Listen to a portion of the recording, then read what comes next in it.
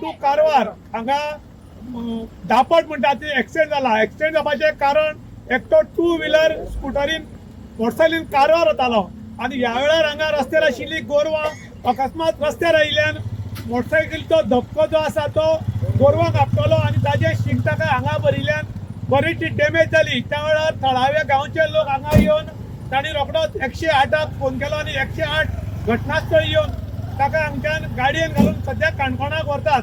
पूण आयज गोरवां जी आसा ती रस्त्यार कंटिन्यू उरतात आनीक अजून मात ताजेर सरकार इलाज करना. खंय म्हणटा तरी गोरवांक कुडखान्यान व्हरून दवरचें म्हूण वारंवार डिमांड आशिल्लो.